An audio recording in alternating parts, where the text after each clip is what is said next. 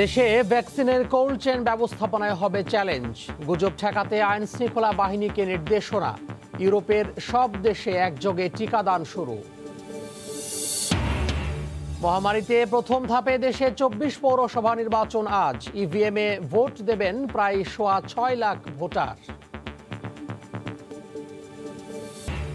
চিরতরেই হারালো ভাঙনে তলিয়ে যাওয়া পদ্মা সেতুর স্ল্যাবগুলো।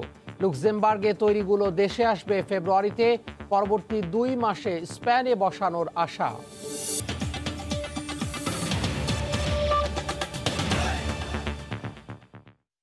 ভোরের সময় সঙ্গে আছি আমি তোহা খান তামিম। করোনা ভ্যাকসিন দেশে আসার আগেই ব্যবহারের নীতিমালা চূড়ান্ত করতে যাচ্ছে সরকার। এরই মধ্যে 17 দফা কর্মপরিকল্পনা তৈরি করা হয়েছে। টিকা কর্মীদের প্রশিক্ষণ এবং সরকারি সংরক্ষণাগার থেকে টিকা কেন্দ্র পর্যন্ত কোল্ড চেইন মেইনটেইনকে বেশি গুরুত্ব দেওয়া হচ্ছে। সেই সাথে টিকা কেন্দ্রগুলোর নিরাপত্তা নিশ্চিতের পাশাপাশি গুজব প্রতিরোধে ব্যবস্থা নিতে আইন শৃঙ্খলা বাহিনীকে নির্দেশনা দেওয়া হয়েছে। বিস্তারিত জানাচ্ছেন কমল দে। সম্প্রতি প্রধানমন্ত্রীর কার্যালয়ে অনুষ্ঠিত করোনা ভ্যাকসিন ব্যবহার পরিকল্পনা সংক্রান্ত সভা থেকে 17 দফা নির্দেশনা দেওয়া হয়। এর মধ্যে টিকাদান কর্মসূচিকে নির্বিঘ্ন করতে বিভাগীয়, জেলা এবং উপজেলা পর্যায়ে 14 সদস্যের কমিটি গঠন করতে বলা হয়েছে। সে সাথে টিকাদান কর্মীদের প্রশিক্ষণ পরিকল্পনা, টিকা গ্রহীতার পূর্ণাঙ্গ তথ্য দিয়ে কার্ড প্রস্তুত রাখা হবে। এছাড়া করোনা ভ্যাকসিন বর্জ্য নিষ্কাশনের গাইডলাইন তৈরিরও নির্দেশনা দেওয়া হয়েছে। আমরা সম্পূর্ণরূপে প্রস্তুত। করোনা ভ্যাকসিন যখন আসবে, কারা পাবে কারা পাবে না এই বিষয়ে চট্টগ্রাম বিভাগ সরকারের নির্দেশ অনুযায়ী কাজ করবে এবং যেদিন আসবে সেদিন থেকে আমরা এটা যারা পাবে তাদের কাছে পৌঁছে দিতে পারবো। জানুয়ারির শেষ সপ্তাহে করোনার ভ্যাকসিন বাংলাদেশে আসবে, সেভাবেই চলছে সরকারের কর্মপরিকল্পনা। তবে গবেষকরা মনে করছেন সঠিক তাপমাত্রায় ভ্যাকসিন সংরক্ষণ এবং পরিবহন নিয়ে চ্যালেঞ্জের মুখে পড়তে হতে পারে। আর তাই ভ্যাকসিনের গুণগত মান ঠিক রাখতে কোল্ড চেইন ব্যবস্থাপনাকেই সবচেয়ে বেশি গুরুত্ব দেওয়া হচ্ছে। তবে অপচয় এড়াতে অ্যান্টিবডি পরীক্ষা করে ভ্যাকসিন প্রয়োগের কথা বলছেন জনস্বাস্থ্য বিশেষজ্ঞরা। গাড়িতে করে নিয়ে যাচ্ছে, তারপরে সেখানে টেম্পারেচার মেনটেন করা হচ্ছে কিনা বা ঝাঁকানিটা কেমন হচ্ছে, সব কিছু মিলে এখানে আসলে একটা শঙ্কা থেকে যাবে। তবে আমার মনে হয় এগুলোকে ওভারকাম করার সুযোগ আছে প্রথম দিক থেকে যদি আমরা ইনিশিয়েটিভ নিই। অ্যান্টিবডি ছাড়া করোনা টেস্ট যদি দেওয়া হয় একটা সংকট তৈরি হতে পারে, এবং অ্যান্টিবডি টেস্ট করে যদি ভ্যাকসিন দেওয়া হয় তাহলে ভ্যাকসিনের পরিমাণও কম লাগবে। এদিকে করোনা ভাইরাসের ভ্যাকসিন দেওয়াকে কেন্দ্র করে গুজব সৃষ্টির সংখ্যা সরকারি সংস্থাগুলোর। আর তাই টিকা প্রদান সেন্টারগুলোর নিরাপত্তা নিশ্চিত করার পাশাপাশি গুজব প্রতিরোধে নিয়মিত ব্রিফিং আয়োজনের নির্দেশনা দেওয়া হয়েছে। আইনশৃঙ্খলা বাহিনীও সে ধরনের প্রস্তুতি নিচ্ছে বলে জানালেন Chattogram range DIG. Corona vaccine সংক্রান্তে কোনো গুজব ছড়িয়ে কেউ যেন কোনো অস্থিতিশীল পরিবেশ তৈরি করতে না পারে, সেই জন্য আইনশৃঙ্খলা রক্ষাকারী বাহিনী সতর্ক থাকবে। স্বাস্থ্য বিভাগের তথ্য অনুযায়ী বাংলাদেশে যে টিকা আনা হচ্ছে তা -2 থেকে 8 ডিগ্রি সেলসিয়াস তাপমাত্রায় সংরক্ষণ করা যাবে। আর পর্যায়ক্রমে 5.5 কোটি ডোজ টিকা বাংলাদেশে আনা হবে। কমল দে, সময় সংবাদ, চট্টগ্রাম। দেশে করোনায় আক্রান্ত হয়ে গতকাল একদিনে 24 জন মারা গেছেন। এ নিয়ে মৃতের সংখ্যা বেড়ে দাঁড়ালো 7,452 জনে। স্বাস্থ্য অধিদপ্তরের তথ্য মতে 24 ঘন্টায় নতুন করে 1049 জনের দেহে শনাক্ত হয়েছে কোভিড-19।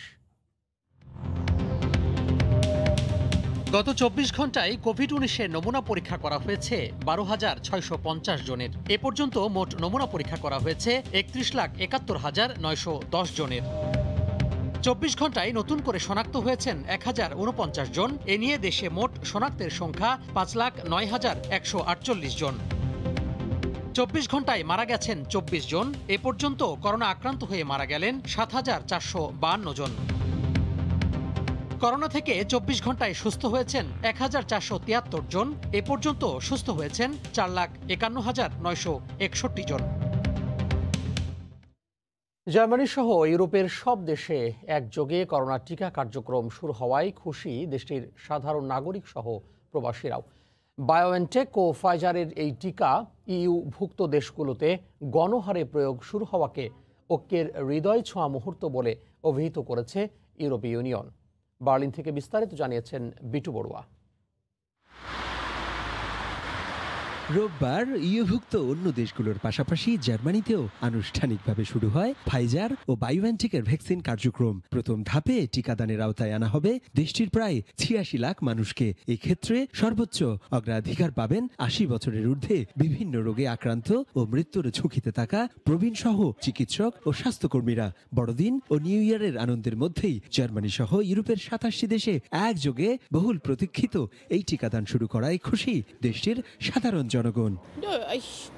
এই টিকা কার্যক্রম শুরুর মধ্য দিয়ে আমি বলতে চাই ২০২১ সালের মধ্যে করোনা পরাজিত হবেই। আমি নিজে এবং আমার পরিবারের সবাই এই টিকা নেব।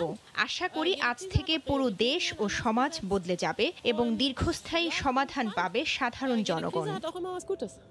করোনার দ্বিতীয় ধাক্কা সামাল দিতে এই টিকা কার্যক্রমে খুশি প্রবাসী বাংলাদেশিরাও। দেশটির স্বাস্থ্য খাত সহ সেবামূলক প্রতিষ্ঠানগুলোতে কর্মরত প্রবাসীরা যাতে সবার আগে টিকার আওতায় আসেন সে বিষয়ে সবাইকে সচেতন থাকার পরামর্শ তাদের। জার্মানিতে যারা স্বাস্থ্য খাতে যে হেলথ সেক্টরে যে বাঙালিরা কাজ করতেছে বা হেলথ সেক্টর ছাড়া যারা ফ্রন্টলাইনে কাজ করতেছে তাদের আসলে টিকার আওতায় আনা উচিত। এদিকে ইউরোপ জুড়ে একযোগে ভ্যাকসিন প্রয়োগ শুরু হলেও এই টিকার পার্শ্ব প্রতিক্রিয়ার বিষয়ে আরও নিবিড় গবেষণার তাগিদ চিকিৎসা বিজ্ঞানীদের। শুধু জার্মানি নয়, সারা বিশ্বের সবাইকে টিকা প্রদানের আওতায় আনা না গেলে অস্থির পৃথিবী যে সুস্থির হবে না সেটি বারবার স্মরণ করিয়ে দিচ্ছেন জার্মান চিকিৎসা বিজ্ঞানীরা। জার্মানির বার্লিন থেকে বিটু বড়ুয়া, সময় সংবাদ।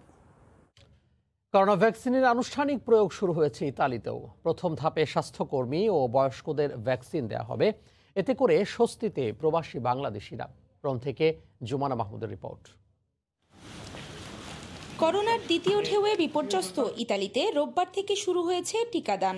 স্থানীয় সময় সকালে ২ জন ডাক্তার এবং ৩ জন স্বাস্থ্যকর্মীর দেহে ভ্যাকসিন প্রয়োগ করা হয়। এতে সন্তোষ জানিয়েছে প্রবাসী বাংলাদেশিরাও। ইংল্যান্ডের যে নতুন করে ভাইরাস দেখা দিয়েছিল সেই ভাইরাসের জন্য আমরা খুব ভয়ে ছিলাম, তবে এই টিকার মাধ্যমে নাকি সেটারও কার্যকারিতা আছেন, তাই আমরা আর উদ্বিগ্ন নই। দুর্বিষহ জীবনের একটা অবসান ঘটবে এই ভ্যাকসিন দেওয়ার মাধ্যমে এবং আমরা ইনশাল্লাহ সবাই আমাদের সেই স্বাভাবিক জীবনে ফিরে আসতে পারবো। ভ্যাকসিন দেওয়া শুরু হলেও ইতালিতে চলছে পূর্ণ লকডাউন। মাঝে ৪ দিন বিরতি দিয়ে এই লকডাউন চলবে আগামী ৬ জানুয়ারি পর্যন্ত। নিউ ইয়ার সামনে রেখে নতুন জারি হওয়া এই লকডাউনে আবারও ক্ষতির মুখে প্রবাসী বাংলাদেশি ব্যবসায়ীরা। লকডাউন কারণে কোনো ব্যবসা বাণিজ্য নাই, আমাদের অনেক কষ্ট করতে হচ্ছে। আমাদের ব্যবসা বাণিজ্য চালায় রাখার জন্য সরকার প্রথম লকডাউনের কারণে যে সহায়তা দিচ্ছে এবার কোনো সহায়তা দিচ্ছে না। লকডাউনও চলছে, ব্যবসাও ভালো নেই, এ থেকে আমরা অবশ্যই মুক্তি চাই। এদিকে দেশটিতে নতুন ধরনের করোনায় আক্রান্তের সংখ্যা বেড়েই চলেছে। আক্রান্তের বেশিরভাগই যুক্তরাজ্য ফেরত বলে জানা গেছে। জুমানা মাহমুদ, সময় সংবাদ, রোম, ইতালি। সৌদি আরবে অবস্থানরত বিদেশি নাগরিকদের দেশে ফেরার সুযোগ করে দিতে আন্তর্জাতিক ফ্লাইট চালুর সিদ্ধান্ত নিয়েছে সৌদি সিভিল এভিয়েশন। রোববার এক বিজ্ঞপ্তিতে বিষয়টি জানানো হয়। তবে যেসব দেশে নতুন ধরনের করোনা ছড়িয়ে পড়েছে সেসব দেশের এয়ারলাইন্স সৌদি আরবে ফ্লাইট পরিচালনা করতে পারবে না বলে জানানো হয়েছে। রিয়াদ থেকে বিস্তারিত জানিয়েছেন আরিফুর রহমান। মহামারী করোনার দ্বিতীয় ধাক্কা সামাল দেওয়ার জন্য পূর্ব কোনো ঘোষণা ছাড়াই ২১শে ডিসেম্বর সৌদি সরকার আন্তর্জাতিক সব ধরনের যোগাযোগ ব্যবস্থা বন্ধ করে দেয়। এতে করে বিপাকে পড়েন কয়েক হাজার বাংলাদেশি যারা ইতিমধ্যে টিকিট সংগ্রহ করেছিলেন দেশে ফেরার জন্য। রোববার সৌদি সিভিল এভিয়েশনে পাঠানো এক বিজ্ঞপ্তিতে এই দেশে থাকা বিদেশি নাগরিকদের জন্য আবারও বিমান চালুর সিদ্ধান্ত নিয়েছে। তবে কবে থেকে এই বিমান চলাচল শুরু করবে সে ধরনের কোনো কিছু উল্লেখ করা হয়নি এই বিজ্ঞপ্তিতে। এর বাইরে দেশে থাকা প্রবাসী যারা আছেন তারা কবে থেকে ফিরতে পারবেন এমনটি জানানো হয়নি এই বিজ্ঞপ্তিতে। এদিকে মধ্যপ্রাচ্যের আরেকটি দেশ ওমান নিষেধাজ্ঞা দেওয়ার ৫ দিনের মাথায় আবারও সেই দেশটিতে আন্তর্জাতিক বিমান চলাচলের সিদ্ধান্ত নিয়েছে। ওমানের এই সিদ্ধান্তের পরিপ্রেক্ষিতে বাংলাদেশ বিমান কর্তৃপক্ষ আগামী ২৯শে ডিসেম্বর থেকে তাদের যে ফ্লাইট মাস্কাটের উদ্দেশ্যে ছেড়ে যাওয়ার কথা সেটি চালানোর সিদ্ধান্ত নিয়েছে। তবে সেক্ষেত্রে যাদের পূর্ব থেকে টিকিট কাটা ছিল অর্থাৎ ২৯শে ডিসেম্বর আগে যারা টিকিট সংগ্রহ করেছিলেন মাস্কাট যাওয়ার জন্য তাদেরকে পরবর্তী ফ্লাইটগুলোতে আসন থাকা সাপেক্ষে অগ্রাধিকার ভিত্তিতে বরাদ্দ দেওয়া হবে বলে জানিয়েছেন এবং সেই ক্ষেত্রে স্থানীয় যে বিমান অফিস সেখানে যোগাযোগের কথা বলা হয়েছে। কোভিডের যে সংক্রমণ সেটি সামাল দিতে কোনো ধরনের পূর্ব ঘোষণা ছাড়াই দেওয়া এই সিদ্ধান্তে অনেক বিপাকে পড়েছেন প্রবাসীরা। রিয়াদ থেকে আরিফুর রহমান, সময় সংবাদ। বাংলাদেশের বুকে যেন উঁকি দিচ্ছে এক টুকরো স্বর্গ। পাহাড় নদীর মেলবন্ধনে খুলে গেছে পর্যটনের নতুন সম্ভাবনার দ্বার।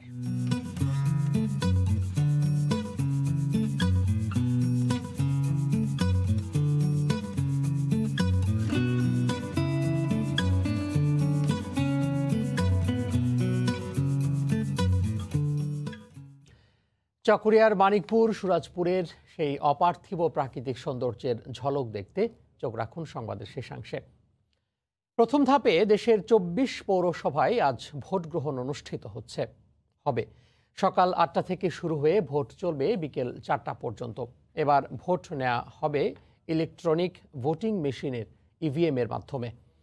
এরই মধ্যে ভোটের যাবতীয় প্রস্তুতি সম্পন্ন করা হয়েছে। নির্বাচনে পর্যাপ্ত সংখ্যক আইন শৃঙ্খলা বাহিনীর সদস্য মোতায়েন করা হয়েছে। এছাড়া প্রয়োজনীয় সংখ্যক ম্যাজিস্ট্রেটও নিযুক্ত করা হয়েছে।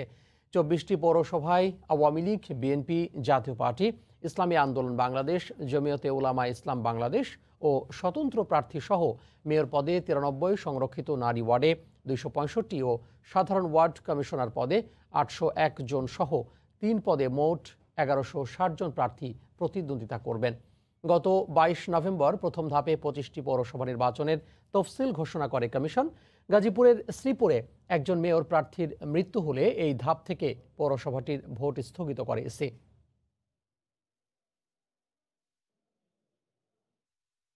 আকাশে ডানা মেলল বিমানের সর্বাধুনিক প্রযুক্তি সম্বলিত -8 ধ্রুবতারা।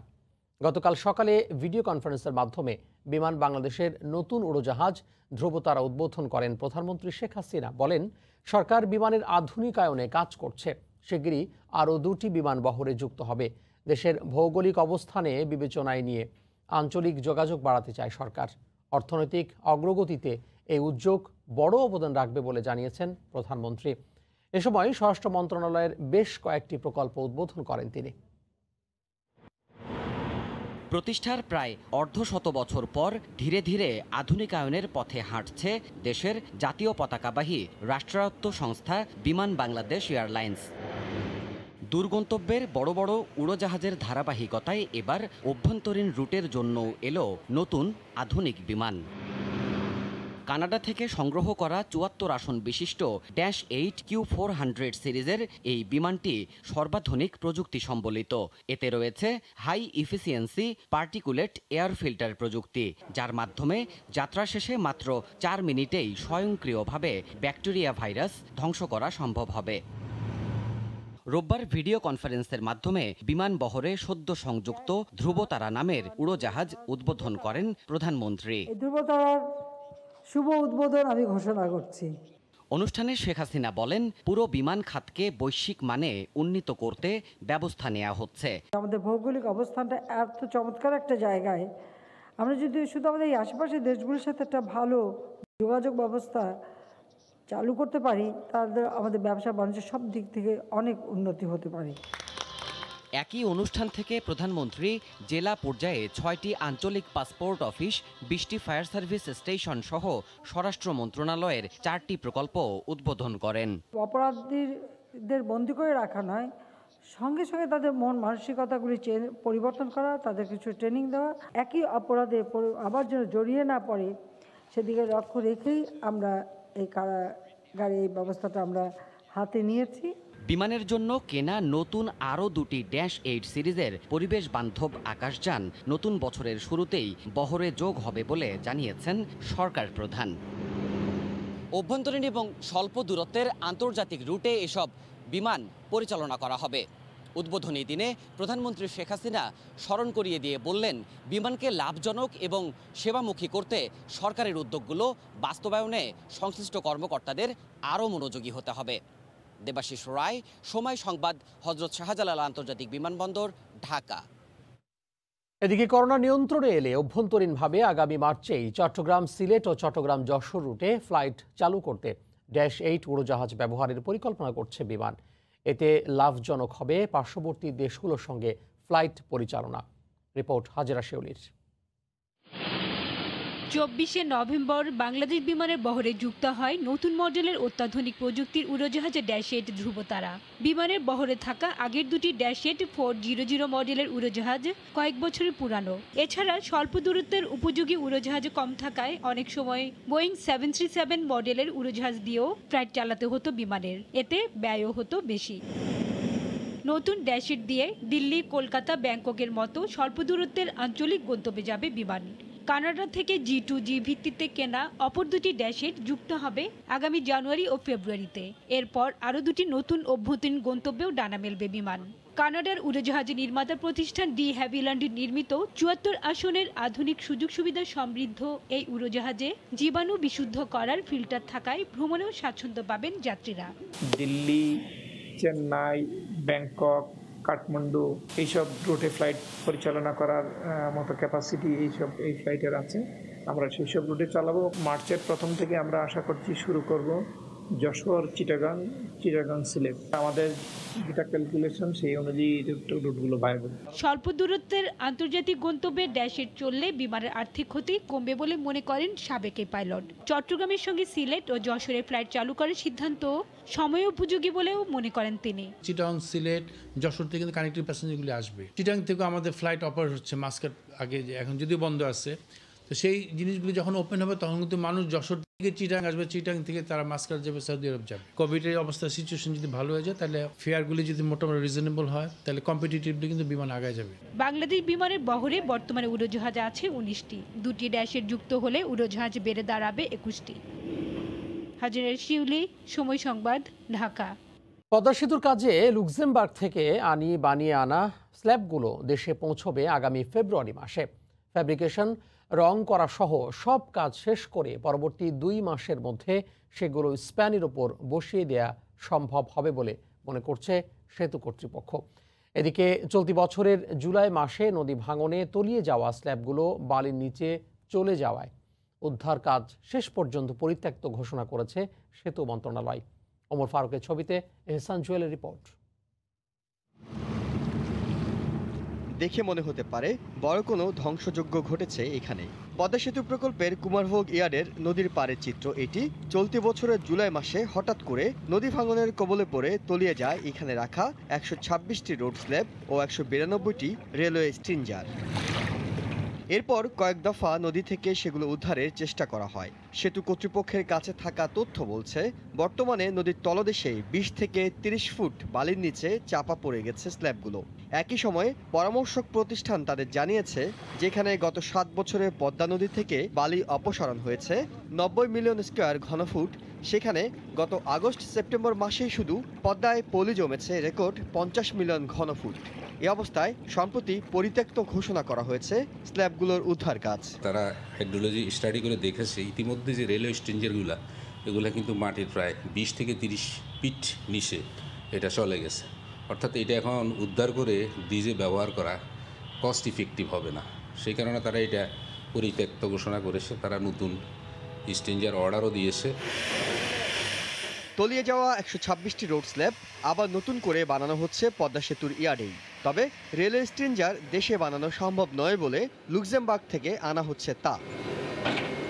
এদিকে দীর্ঘমেয়াদে পদ্মা সেতুর ইয়ার্ড রক্ষায় এ এলাকায় নদী শাসনের কাজের পরিধি বাড়ানো প্রয়োজন বলে মনে করছে সেতু কর্তৃপক্ষ। রহস্যময় পদ্মার একুল ভাঙে অকুল গড়ে, তবে ভাঙা ঘর আর এই খেলা বিপজ্জনক হয়ে উঠতে পারে মূল সেতুর অবকাঠামোর জন্য। তাই নদী শাসনের এলাকা বাড়িয়েও চেষ্টা করা হচ্ছে আগামী বর্ষার আগে ভাঙনপ্রবণ এলাকাগুলোতে প্রতিরক্ষা ব্যবস্থা গড়ে তোলার। এহসান জুয়েল, সময় সংবাদ, মাওয়া, মুন্সিগঞ্জ। এবার সমাজ পরিবর্তনে ভূমিকা রাখছে মোবাইল গেম, আর দক্ষিণ এশিয়ার বাকি 6টি দেশেও এ কাজ করবে বাংলাদেশের তরুণরা। 90 দশকের জনপ্রিয় কার্টুন সিরিজ মিনাকে 3D গেমে রূপান্তরের মাধ্যমে এমনভাবে সাজানো হয়েছে যেখানে চরিত্রের সঙ্গে মিশে গিয়ে খেলতে পারবেন গেমাররা। ফলে নিজেকে মিনার মতো সক্রিয় সমাজকর্মীর ভূমিকায় দেখবেন গেমার। শুধু তাই নয়, এই গেমটির মাধ্যমে নারী শিক্ষা, নারী অধিকার এবং নাগরিক সেবা নিশ্চিতে বাংলাদেশের নেওয়া উদ্যোগ ইউনিসেফের মাধ্যমে পৌঁছে যাবে দক্ষিণ এশিয়ায়। পুকুরে বড়শি দিয়ে মাছ ধরা, দুষ্ট দীপুকে শায়েস্তা করা কিংবা মিঠুর সঙ্গে খেলা করা, রাজুর পরিবর্তে সবই করছে আপনার ছোট্ট সোনামণি। একবার ভাবুন তো কেমন হবে বিষয়টি। ইউনিসেফের অর্থায়নে নির্মিত মিনা গেম 2 3Dতে এই সুযোগ পাবে গেমাররা। গর্ভকালীন মায়ের সেবা কিংবা স্বাস্থ্য আপাকে আনতে মিনার ভূমিকায় আবিষ্কার করতে পারবে নিজেকে। প্রসবকালীন সময়ে জাতীয় জরুরি সেবা 999-এ ফোন করা, সবকিছুই ঘটছে চোখের সামনে। খেলার ছলে পাবেন স্বাস্থ্যসম্মত স্যানিটেশনের ধারণা, পরিবারের বয়োজ্যেষ্ঠদের প্রতি ছোটদের দায়িত্বও। উদ্যোক্তারা বলছেন ইউনিসেফ সঙ্গে থাকায় সার্কভুক্ত সবগুলো দেশের কথা মাথায় রেখেই গেমটি তৈরি করা হয়েছে। ভিন্ন ভাষার সমস্যা সমাধানে কথোপকথনের পরিবর্তে ব্যবহার করা হয়েছে প্রতীকী ভাষা। ডাক্তার আপাকে নিয়ে আসো, ডাক্তার আপার ছবিটা দেখানো হয়েছে, সো তখন ইউজার বুঝতে পারে যে ডাক্তার আপার কাছে যেতে হবে, ডাক্তার আপাকে আনতে হবে। মিনা একটা সোশ্যাল ওয়ার্কার এবং এখানে কোনো রকম কোনো ভায়োলেন্স দেখানো নেই। বর্তমানে প্রতিষ্ঠানটির প্রায় 20টি গেম রয়েছে। এর মধ্যে ট্যাপ ট্যাপ অ্যান্ডস সারা বিশ্বে প্লে স্টোর থেকে 1.5 কোটি বার ডাউনলোড করা হয়েছে। 2009 সালে গেম নিয়ে কাজ শুরু করা 38 বছর বয়সী এই উদ্যোক্তার প্রতিষ্ঠানে এখনই কাজ করছেন 50 জন তরুণ তরুণী। কিভাবে আমি স্টোর পেজটা সাজাইলে কোন কালারে, কোন জায়গায় কোনটা কোন অর্ডারে দিলে ইউজার বেশি পারচেস করবে, এগুলোর একটা সাইকোলজি আছে। আবার এগুলো নিয়ে পড়াশোনা করতেছে তারা, গেম যখন বানাচ্ছে ওটার সাথে আমাদের কিন্তু অনেক ডিফারেন্স। আর এদের দক্ষতা উন্নয়নে বড় পরিসরে উদ্যোগ নেওয়ার কথা বলছে সরকার। আমরা একটা মোবাইল গেম অ্যান্ড অ্যাপ্লিকেশন একটা প্রজেক্ট আমরা তৈরি করেছি, যেখান থেকে আমরা সারা দেশের 40টা বিশ্ববিদ্যালয়ে আমরা mobile apps development and gaming lab set up করেছি। জনপ্রিয় ওয়েবসাইট গেমিং স্ক্যান এর তথ্য মতে বর্তমান বিশ্বে গেমিংয়ের বাজার $150 বিলিয়ন বেশি। শুভ খান, সময় সংবাদ, ঢাকা। অর্থ পাচার ও অবৈধ সম্পদের মামলায় এমপি পাপুলের স্ত্রী সংরক্ষিত নারী আসনের সংসদ সদস্য সেলিনা ইসলাম ও মেয়ে ওয়াফা ইসলামকে অন্তর্বর্তীকালীন জামিন দিয়েছেন আদালত। গতকাল দুদক ও সিআইডির অর্থ পাচার মামলায় বিচারিক আদালতে আত্মসমর্পণের আধা ঘন্টার মধ্যে জামিন পান তারা। তাদের জামিন বাতিল চেয়ে হাইকোর্টে আপিল করবে দুদক। রোববার বিকেলে বিচারিক আদালতে আত্মসমর্পণ করতে আসেন লক্ষ্মীপুর 2 আসনের এমপি পাপুলের স্ত্রী সেলিনা ইসলাম ও মেয়ে ওয়াফা ইসলাম। ঢাকার মহানগর দায়রা জজ আদালতে শুনানি শেষে আগামী 11 ফেব্রুয়ারি পর্যন্ত অন্তর্বর্তীকালীন জামিন দেন বিশেষ জজ আদালতের বিচারক KM ইমরুল কায়েস। এর আগে দুদকের অবৈধ সম্পদ ও অর্থ পাচারের মামলায় পাপুল ও তার স্ত্রী সেলিনা ইসলাম ও তাদের পরিবারের নামে 150 শতাধিক ব্যাংক হিসাব জব্দ করার নির্দেশ দিয়েছেন আদালত। পাপুলের স্ত্রী এবং কন্যা এবং শেলিকা এই 4 জনের বিভিন্ন জায়গায় প্রায় 92টা তফসিলে বর্ণিত সম্পত্তি সমূহ আজকে আদালতের মাধ্যমে ক্রোক করা হয়েছে। সেলিনা ইসলাম একজন সংসদ সদস্য বর্তমান, আর ওয়াফা ইসলাম একজন ছাত্রী। এই বিষয়টা বিবেচনা করে মহানগর স্পেশাল জজ আদালত আমাদেরকে পরবর্তী ধার্য তারিখ 11 ফেব্রুয়ারি 2021 পর্যন্ত জামিন মঞ্জুর করে। অন্য একটি আবেদনে পল্টন থানার সিআইডির মানি লন্ডারিং মামলায় পাপুল সহ 6 ব্যক্তি ও পাপুলের 2 প্রতিষ্ঠানের 53টি ব্যাংক অ্যাকাউন্ট জব্দ করার আদেশ দিয়েছেন আদালত। শহীদুল ইসলাম, পাপুল এমপি, মোহাম্মদ সাদিকুর রহমান এলাইস মনির, জেসমিন প্রধান, ওয়াফা ইসলাম, কাজী বদরুল ইসলাম এলাইস লিটন এবং গোলাম মোস্তফা, এই 6 জন এবং এদের 2টো প্রতিষ্ঠান, এটা হচ্ছে JW Lilabati job bank international, এটার প্রোপাইটার হচ্ছে কাজী বদরুল আলম। এই যে 8টি 2টো প্রতিষ্ঠান এবং 6টি এদের এই 8টির যে অ্যাকাউন্টগুলো আছে, বিভিন্ন ব্যাংকে অ্যাকাউন্ট আছে 53টা অ্যাকাউন্ট, এই 53টি অ্যাকাউন্ট জব্দ করেছে। লক্ষ্মীপুর 2 আসনের এমপি শহীদ ইসলাম পাপুলের বিরুদ্ধে কুয়েতে মানব ও অর্থ পাচারের অভিযোগে বিচার চলমান রয়েছে। এরই মধ্যে কুয়েতের বিভিন্ন ব্যাংক হিসাবে পাপুলের নামে জমা 138 কোটি টাকা জব্দ করেছে দেশটি। সেলিয়া সুলতানা, সময় সংবাদ, ঢাকা। অনলাইনে গ্রাহক সেবার নামে কোটি কোটি টাকা হাতিয়ে নিয়ে লাপাত্তা একটি চক্র। কোম্পানি বন্ধ করে এরই মধ্যে দেশ ছেড়েছেন এক প্রতারক। লাখ লাখ টাকা বিনিয়োগ করে এখন রাস্তায় রাস্তায় ঘুরছেন কয়েক হাজার ভুক্তভোগী। কাফরুল থানা পুলিশ জানায়, দেশে থাকা চক্রটির 2 সদস্যকে গ্রেফতারের চেষ্টা করছেন তারা। দেশ ত্যাগ যেন করতে না পারে সেজন্য চিঠি দেওয়া হয়েছে ইমিগ্রেশনেও। আফজাল হোসেনের রিপোর্ট। এ যেন কুয়ের তেলে কই ভাজা। অনলাইনে গ্রাহক সেবা, ফেসবুক মেসেজ ও কমেন্টের রিপ্লাই দেওয়ার কথা বলে লোক নিয়োগ দেয় ফার্স্ট সিকিউরিটি ইন্টিগ্রেটেড সলিউশন নামে একটি কোম্পানি। এজন্য জামানত বাবদ প্রতি আইডির পেছনে নেয় 10,000 টাকা। একজন কেনেন 1 থেকে শতাধিক আইডি। গ্রাহকের জামানত বাবদ নেওয়া টাকা দিয়ে 1 বছর নিয়মিত বেতন পরিশোধ করে প্রথমে আস্থা অর্জন করে চক্রটি। এরপর পাতে প্রতারণার ফাঁদ, দেয় লোভনীয় অফার, তাতেই হুমড়ি খেয়ে পড়ে সবাই। দ্বিগুণ তিনগুণ টাকা দিয়ে বিনিয়োগ করেন গ্রাহক। এভাবে 25 কোটি টাকা তুলে গা ঢাকা দেয় চক্রটি। বন্ধ করে দেয় কোম্পানির অফিস ও ওয়েবসাইট। দেশ ছাড়েন কোম্পানিটির শীর্ষ এক কর্মকর্তা। ব্যাংক ঋণ গহনা বিক্রি করে লাখ লাখ টাকা বিনিয়োগ করে ভুক্তভোগীরা ঘুরছেন রাস্তায় রাস্তায়। বিভিন্ন জায়গা থেকে ধার দেনা করে সুদের উপরে এইভাবে করে আমি 6-7 লাখ টাকা কোম্পানিতে ইনভেস্ট করছি। তাদের ব্যবহার, আচরণ এবং সব কিছুতেই মানে ভালো প্রকাশ হয়েছে। এত ইন্টারেস্ট হয়েছে যাতে ইন্টারেস্ট করার জন্য আমাদের অফারগুলো দিয়েছে ওনারা। আমার ছিল প্রথমে একের থেকে আসতে বাড়তে লাস্টে আপনার 9টা করে 51টা হয়েছে। আশ্চর্যের বিষয় হলো চক্রটির হাতে ক্ষতিগ্রস্ত হয়েছেন কোম্পানিটির কর্মচারীরাও। চাকরি করেও এই চক্রের প্রতারণা ধরতে পারেননি তারা। মানুষ এখানে এসে একটা পেমেন্ট পাওয়ার পরে দ্বিতীয়বার পেমেন্ট পাওয়ার পরে আবার ইনভেস্ট করতো। করোনাকালীন সময় মানুষের দুরবস্থার সময় যখন এই পেমেন্টগুলো তারা পাইছে তখন বিশ্বাসটা আরো বেশি তাদের মনে এসে গেছে। কাজটাকেও সবসময় ব্যস্ত করে রাখতো। কাফরুল থানা পুলিশ বলছে দেশে থাকা 2 আসামিকে গ্রেফতারের চেষ্টা চলছে। মামলা তদন্তাধীন আছে, আসামি গ্রেফতারের চেষ্টা চলতেছে। তাদের কাছ থেকে শুনতে পাচ্ছি যে মামলা করার আগে আসামি করছে, বাকি 2 জনকে অ্যারেস্ট করার চেষ্টা করতেছি। কোনো কিছু যাচাই না করে লোভনীয় বিজ্ঞাপন দেখে অর্থলগ্নি না করার পরামর্শ দিয়েছেন আইন শৃঙ্খলা রক্ষাকারী বাহিনী। আফজাল হোসেন, সময় সংবাদ, ঢাকা। ময়মনসিংহে মধ্যরাতে মাদ্রাসায় পরীক্ষা নিয়ে নিজের মেয়েকে সহকারী গ্রন্থাগারিক পদে চাকরি দিলেন বাবা অধ্যক্ষ রফিকুল ইসলাম। প্রক্সি দিতে পরীক্ষায় অংশ নেন অধ্যক্ষেরই আরও 3 সন্তান। পরে এলাকাবাসীর ধাওয়া খেয়ে ডিজির প্রতিনিধি পালিয়ে গেলেও নিয়োগ পরীক্ষার সব কাগজপত্রে স্বাক্ষর করে গেছেন। মধ্যরাতের এই অবৈধ নিয়োগ পরীক্ষা বাতিলের দাবি জানিয়েছেন বিক্ষুব্ধ এলাকাবাসী। হোসেন আলী তোলা ছবি নিয়ে হারুনা রশিদের রিপোর্ট। মধ্যরাতে চাকরির নিয়োগ পরীক্ষা নিতে এসে স্থানীয়দের জেরার মুখে পড়েন মাদ্রাসা শিক্ষা অধিদপ্তরের ডিজির প্রতিনিধি পরিদর্শক বাদশা মিয়া। আগামী 31 ডিসেম্বর অবসরে যাবেন ময়মনসিংহের নান্দাইল উপজেলার রসুলপুর আলিম মাদ্রাসার অধ্যক্ষ মাওলানা রফিকুল ইসলাম। চাকরি থেকে অবসরে যাওয়ার আগে নিজ মেয়েকে সহকারী গ্রন্থাগারিক পদে চাকরি দিতে গত শুক্রবার মধ্যরাতে তার অফিস কক্ষে লিখিত পরীক্ষা নেন তিনি। এই পরীক্ষায় প্রার্থী হিসেবেও রাখেন তারই 3 সন্তানকে। মধ্যরাতে মাদ্রাসায় গাড়ি ঢুকতে দেখে সন্দেহ হয় এলাকাবাসীর। ছুটে এসে দেখেন নিয়োগ পরীক্ষা চলছে। এই অবস্থায় পরীক্ষা নিতে আসা ডিজির প্রতিনিধিকে আটকে জিজ্ঞাসাবাদ করেন স্থানীয়রা। কোনো সদুত্তর দিতে না পেরে ক্ষমা চেয়ে কোনোমতে নিজের গাড়ি নিয়ে পালিয়ে যান মাদ্রাসা শিক্ষা অধিদপ্তরের ডিজির প্রতিনিধি বাদশা মিয়া। তবে যাওয়ার আগে নিয়োগের সব কাগজপত্রে স্বাক্ষর করে যান তিনি। মধ্যরাতে নিয়োগ পরীক্ষা বাতিলের দাবি জানান ক্ষুব্ধ এলাকাবাসী। প্রিন্সিপাল হুজুর প্রতিটা নিয়োগের মাধ্যমে এরকম করে, এটাই দাবি সবাই যেন বিচার হয় এবং এই নিয়োগটা যেন বন্ধ হয়ে যায়। এদিকে স্থানীয়রা ঘেরাও করলে রাতে পরীক্ষা নেওয়ার কথা স্বীকার করেন মাদ্রাসা শিক্ষা অধিদপ্তরের ডিজির প্রতিনিধি। তবে ভিন্ন কথা বলছেন অধ্যক্ষ। কোশ্চেন করা হয়েছে 11:30 পরীক্ষা শুরু হয়েছে, মনে করেন 12টায় শেষ, 12টা বাজে, 12:25 বাজে, 12:25 বাজে আছি আমি যদি পরীক্ষা শেষ না রাতের বেলা তো পরীক্ষা হয় নাই, পরীক্ষা তো দিনের বেলায় হয়েছে। ওনাদেরকে নিয়ে তো খাওয়া দাওয়া করছি সন্ধ্যার পরে। এটা আমাদের কারোই জানা ছিল না। উপজেলা নির্বাহী কর্মকর্তা জানান মধ্যরাতে নিয়োগ পরীক্ষা নেওয়া সম্পূর্ণ আইন বহির্ভূত।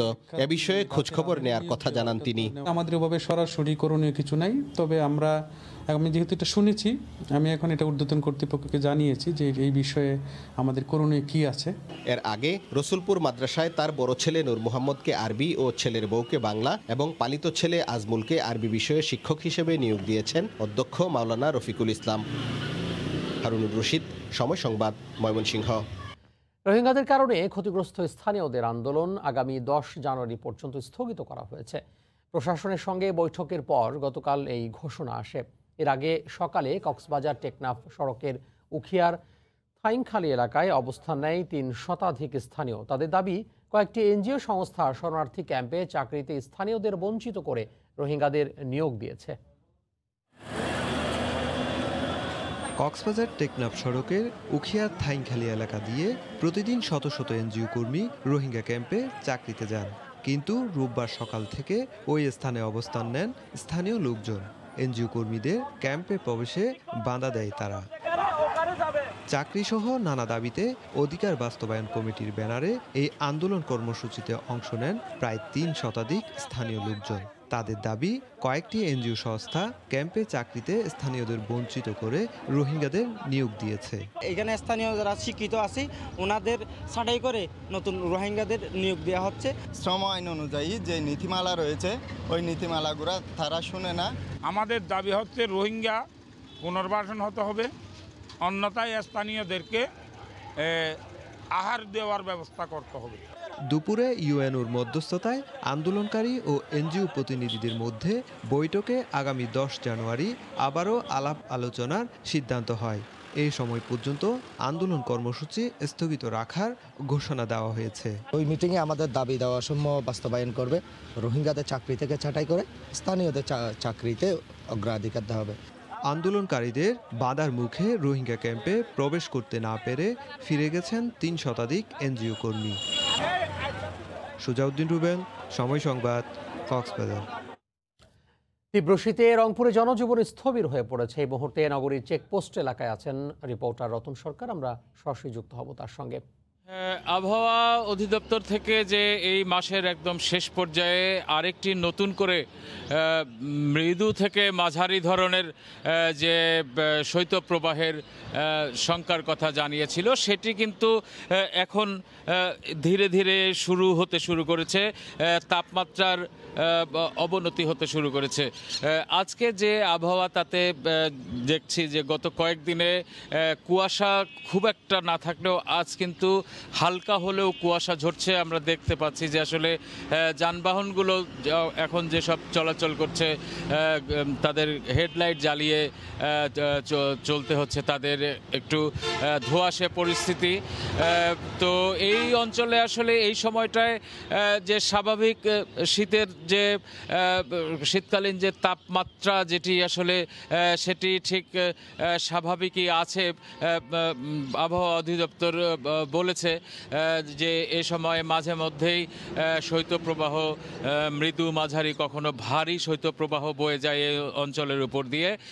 এবারের যে শৈত্যপ্রবাহটি আসছে বা আসবে সেটি হিমালয় থেকে নেমে আসা হিমবাহ থেকে এই শৈত্যপ্রবাহটি শুরু হবে বলে জানিয়েছে আবহাওয়া অফিস। আমরা জানি যে খুব কাছাকাছি এই অঞ্চলটি এই হিমালয়ের পাদদেশে অবস্থিত, যার কারণে আসলে হিমালয়ের পরিস্থিতি এই অঞ্চলটির শীতের উপরে প্রচণ্ড রকম প্রভাব পড়ে, যার কারণে এইখানে যে এই অঞ্চলে মানুষ কিন্তু যখন শৈত্যপ্রবাহ মৃদু থেকে মাঝারি শৈত্যপ্রবাহ বা কখনো ভারী শৈত্যপ্রবাহ শুরু হলে কিন্তু এই অঞ্চলের মানুষের দুর্ভোগ বেড়ে যায়। এখানে আমরা জানি যে এই অঞ্চলটি আসলে একটু পিছিয়ে থাকা অঞ্চল, এখানকার দারিদ্র প্রবণ এলাকায়, বিশেষ করে বৃহত্তর রংপুরের 5টি জেলায় কিন্তু দারিদ্র প্রবণ এলাকা হিসেবে চিহ্নিত। এখানকার বিশেষত গ্রামের যে নদী বেষ্টিত যেসব এলাকা আছে, চরাঞ্চল আছে, সেই এলাকাগুলোতে কিন্তু শীতের তীব্রতা মারাত্মকভাবেই বিরাজ করছে। এখানকার মানুষ, আমরা জানি যে শীত নিবারণের জন্য মানুষ কিন্তু অনেক সময় খড়কুটো জ্বালিয়ে তাদের শীত নিবারণ করে থাকে। এতে করে কিন্তু অনেক রকমের দুর্ঘটনা ঘটে, অনেকে আগুনে পুড়ে মারা যান, অনেকে আগুনে পোড়া শরীর নিয়ে সারা জীবন কিন্তু বিড়ম্বনায় থাকে। তো গত কয়েক বছর ধরে এই ঘটনাটি অনেক বেশি পরিমাণে ঘটে আসছিল, সেটি কিন্তু এই বছর তুলনামূলক অনেক কম। আমরা গত 2 বছরে দেখেছি যে 50 জনের উপরে প্রতি মৌসুমে এভাবে দগ্ধ হয়ে অনেকেই মারা যেতেন, কিন্তু সেটি এবার একেবারেই প্রায় শূন্যের কোটায়। মাত্র এই পর্যন্ত একজন এভাবে দগ্ধ হওয়ার ঘটনা আমরা জেনেছি। বলা চলে যে আসলে হয়তো বা এই অঞ্চলে এই বিষয়টি নিয়ে একটা সচেতনতা তৈরি হবার কারণেই কিন্তু এই দুর্ঘটনাগুলো, অগ্নি দুর্ঘটনাগুলো কমে এসেছে। এই শীত মৌসুমকে কেন্দ্র করে প্রতিবার সরকারের পক্ষ থেকে গরম কাপড়, অর্থাৎ বিশেষ করে কম্বল, শিশু পোশাক সহ বিভিন্ন ধরনের গরম কাপড় গরিব মানুষদের মধ্যে বা যারা ছিন্নমূল মানুষ, এই ধরনের যারা বিভিন্ন শহরে তারা যারা ছিন্নমূল অবস্থায় থাকে, অফিস আদালতের বারান্দা, রেল স্টেশনের বারান্দায় থাকে, তাদেরকে সরকারের পক্ষ থেকে কিন্তু যে শীতবস্ত্র সেগুলো কিন্তু বিতরণ করা হয় অন্যান্যবার। এবারও এই ধরনের বিতরণের খবর আমরা জেনেছি। বিভিন্ন জেলা প্রশাসনের পক্ষ থেকে প্রতিটি জেলা উপজেলায় এই ধরনের শীতবস্ত্র কিন্তু বিতরণ হচ্ছে এবং এখানকার যারা জনপ্রতিনিধি আছে তারাও কিন্তু সরকারের পক্ষ থেকে পাওয়া শীতবস্ত্র বিতরণ করছে এবং এমনিভাবে বেসরকারি পর্যায় থেকে কেউ সমাজের বিত্তবান মানুষও আসলে এই কর্মকাণ্ডতে এগিয়ে আসে। বিভিন্ন প্রতিষ্ঠানের পক্ষ থেকেও এগিয়ে আসে। তারা কিন্তু দরিদ্র মানুষের মধ্যে শীত বস্ত্র বিতরণের একটি উদ্যোগ, একটি প্রচেষ্টা প্রতিবার থাকে। এবারও কিন্তু আমরা দেখছি। তো তামিম, এই ছিল আমার কাছে রংপুর অঞ্চলে শীতের সর্বশেষ। রংপুর নগরীর চেকপোস্ট এলাকা থেকে আমাদের সাথে যুক্ত হয়েছিলেন সহকর্মী রতন সরকার। বাজার নিয়ন্ত্রণ করতে না পেরে শেষমেশ চালের আমদানি শুল্ক অর্ধেকেরও নিচে নামালো সরকার। গতকাল অনলাইন সংবাদ সম্মেলনে খাদ্যমন্ত্রী জানান, বাজার স্থিতিশীল রাখতে চালের আমদানি শুল্ক ৬২% থেকে কমিয়ে ২৫% করা হয়েছে। কৃষিমন্ত্রী বলছেন, সর্বোচ্চ ৬ লাখ টন চাল আমদানির অনুমোদন দেয়া হবে। সরকারের এই সিদ্ধান্তে ক্ষতির আশঙ্কা করছেন কৃষকরা। চলতি বছর বোরো মৌসুমে স্মরণকালের সবচেয়ে বেশি ধান উৎপাদন হয়েছে। তবে আমন মৌসুমে বন্যা আর বৃষ্টিতে কিছুটা ক্ষতি হয় ধানের আবাদে। কিন্তু ধারাবাহিকভাবে গত ২ মাস ধরেই চালের বাজারে দেখা যায় অস্থিরতা। দাম বাড়ে কেজিতে ২ থেকে ৪ টাকা পর্যন্ত। বাজারে মিলারদের চাল সরবরাহে গড়িমসির তথ্য পাওয়া গেছে। এ অবস্থায় বাজার নিয়ন্ত্রণের শুল্ক কমিয়ে নির্দিষ্ট পরিমাণ চাল আমদানির সুযোগ দিচ্ছে সরকার। ৬২% আমদানি চাউল বিদেশ থেকে আমদানি করলে আমদানি দিতে হতো, যাতে চাউলের বাজার স্থিতিশীল থাকে। সেই কারণে আমরা সিদ্ধান্ত নিয়েছি, মাননীয় প্রধানমন্ত্রী অনুমোদন দিয়েছেন 25% ট্যাক্স থেকে বেসরকারিভাবে চাউল আমদানি করার জন্য। অতটা ঘাটতি আমাদের চালের নাই, কিন্তু এই সুযোগে মিলাররা নানান কারসাজি করে তারা এই চালের দাম বৃদ্ধি করার চেষ্টা করছে। যখনই ৬ লাখ টনের এলসি হয়ে যাবে, তারপরে আর কাউকে এলসি করার সুযোগ দেওয়া হবে না। আর কৃষক ও মিলাররা জোর দিচ্ছেন সব পক্ষের স্বার্থ রক্ষার উপরে। এবার তো ১১০০ টাকা বেচতেছি, ভালো ফলন পাচ্ছি। আমদানি করলে আমাদের লস হবে।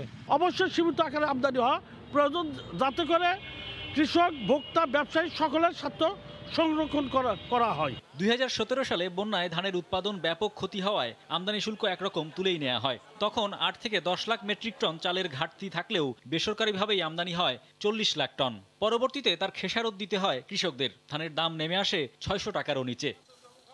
হরিপদ সাহা, সময় সংবাদ, ঢাকা। সরবরাহ স্বাভাবিক থাকা সত্ত্বেও নানা অজুহাতে অস্থির হয়ে উঠেছে দেশের ভোগ্যপণ্যের বাজার। বুকিং রেটের পাশাপাশি চাহিদা বাড়ার অজুহাতে ভোজ্য তেল, ডাল, ছোলা, আদা, রসুন, পেঁয়াজ সহ সব পণ্যের দাম বেড়েছে কেজিতে ৫ টাকা পর্যন্ত। এক সপ্তাহে ভোজ্য তেলের দাম মণপ্রতি ২০০ টাকা আর ছোলা ৪০০ টাকা বেড়েছে। শাখাত টিপুর ক্যামেরায় বিস্তারিত কমলদের রিপোর্টে।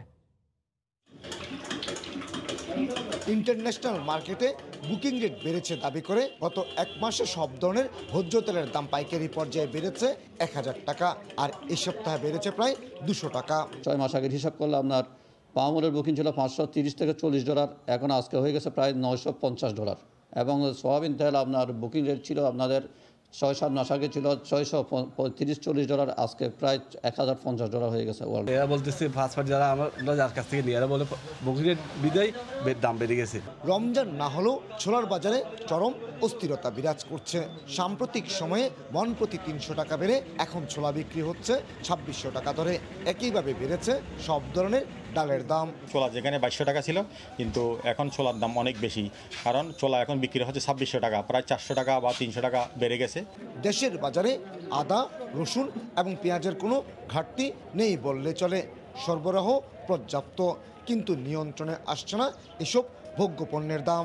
রসুন ছিল গত সপ্তাহে ৭৫ থেকে ৮০, এখন সেই রসুন ৮৫ থেকে ৯০। পেঁয়াজের দাম স্থিতিশীল আছে, এই প্রায় আপনার ১৫ দিন থেকে একই অবস্থায় আছে। আদা গত সপ্তাহে ছিল আপনার 130 টাকা থেকে 35 টাকা চায়না, এখন 120 টাকা। প্রতিদিন খাতুনগঞ্জে 1000 কোটি টাকার বেশি ভোগ্যপণ্য বিক্রি হয়।